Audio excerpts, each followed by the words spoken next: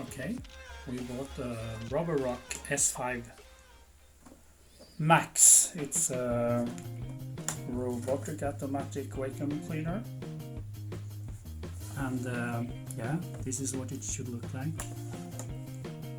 And we have the functions here. Large electronic tank, room selection, no mop zones, and intense section. Yeah, you can have a easy mopping here, and we also got LiDAR, as it's called. When you can scan the room, you can see the distances, and you will know exactly what the room looks like, just so your favorite automatic vacuum cleaner can know which way to go. Okay, it's time to unbox, and it seems like you need to get through the tape here. I have the help of a little scissor. So, wow. Okay. Yes, now we have turned it around. So this side should be up if you want it the correct way. Yeah, so nice. The power cable, a Roborock power cable. Okay. And so, what is this? I tell you in a moment. It's actually a moisture-proof mat. That could be good to have.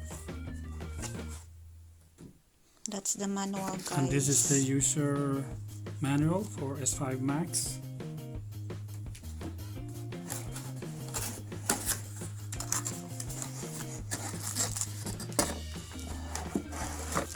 And this is the mop cloth mount.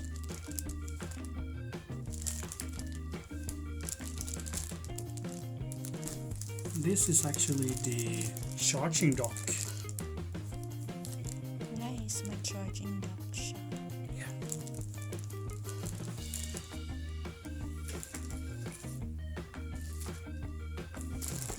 Ayan na siya. Right here, the robot in itself.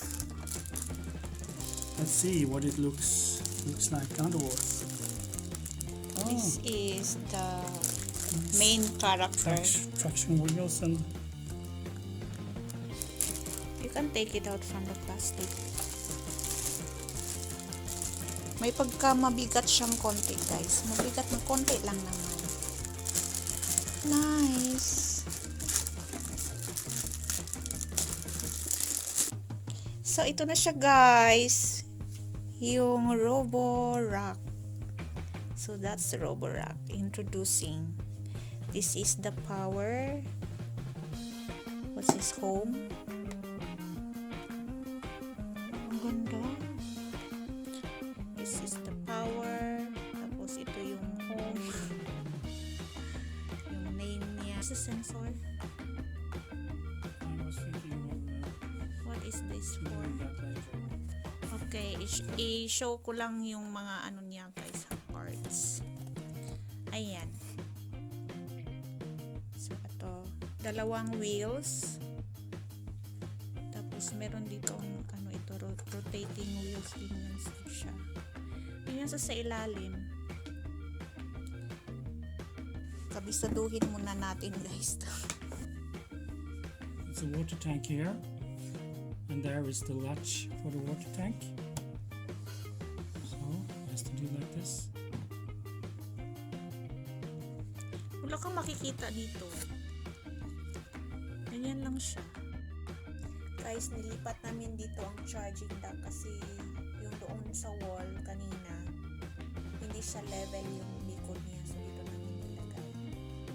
Yung white indicator, guys, yung flashing white, it means na 20% ang battery level niya.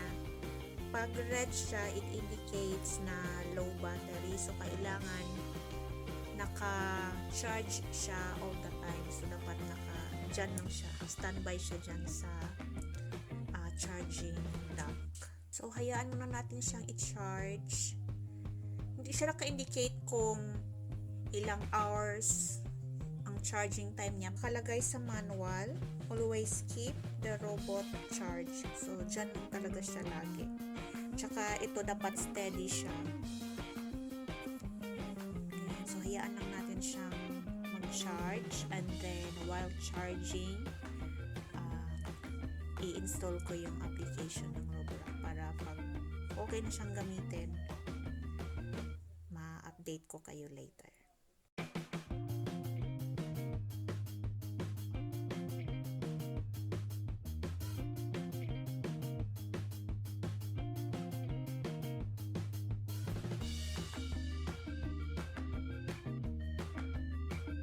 Hi guys! Ito na si Roborock. Fully charged na po siya.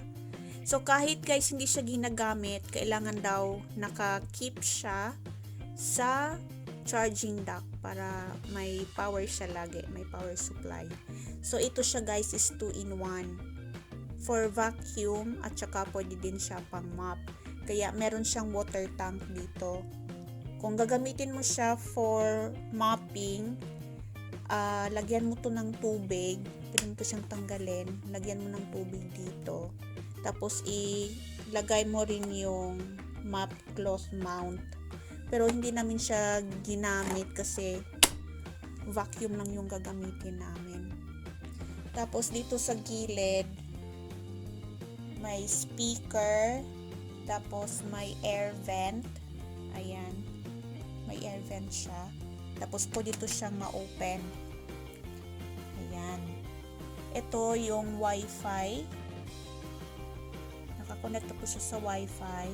Tapos, system reset. Yan siya. Dust bin. Dust cover. So, lahat ng alikabok nandito guys.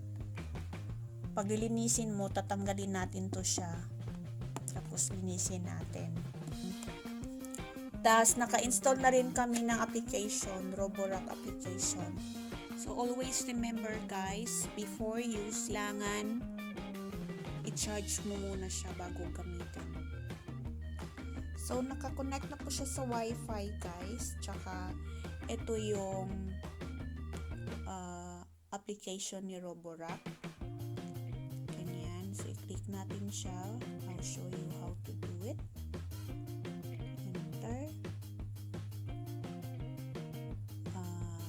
I-click ang zone.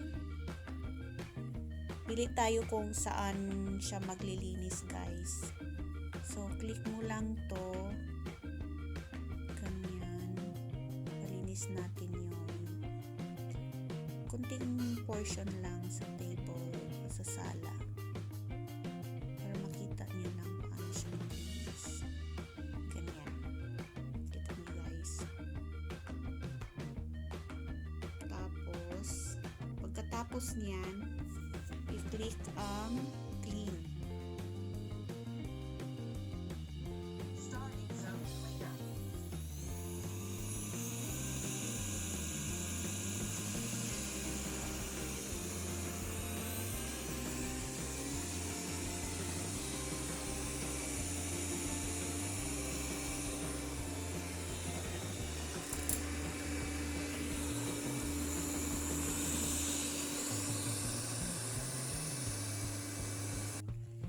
Nakapost yan siya guys. Nakalimutan ko pala. Make sure na yung zone na lilinisin niya is free of obstacles like mga cable wires. May sensor siya yung dyan, sensor niya yan. So, hindi naman siya mabubunggo. I-release yung sound.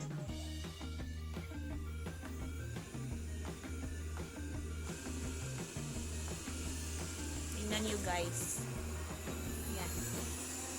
Hindi yan siya mabubunggo dyan.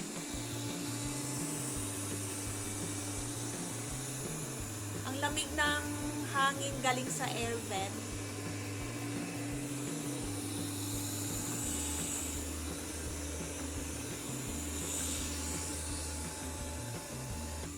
Tapos dito sa app, nakikita nyo siya nagmo-move.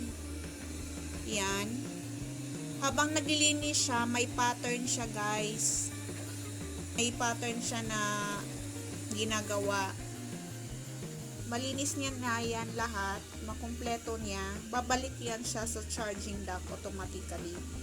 So makikita nyo dito kung gaano kalaki ang cleaning area, ilang percent ang battery, tapos cleaning time. Ganyan siya.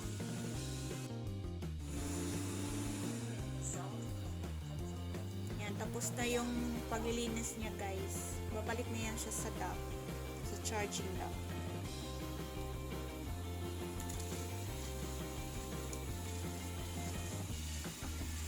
Magpa-park na siya.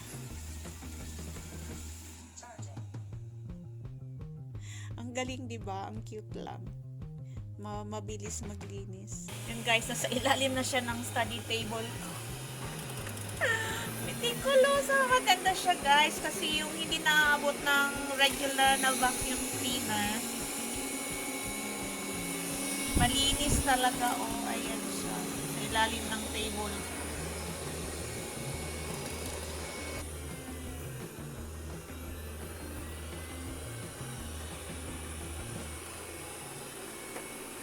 Galing. Kakaamin.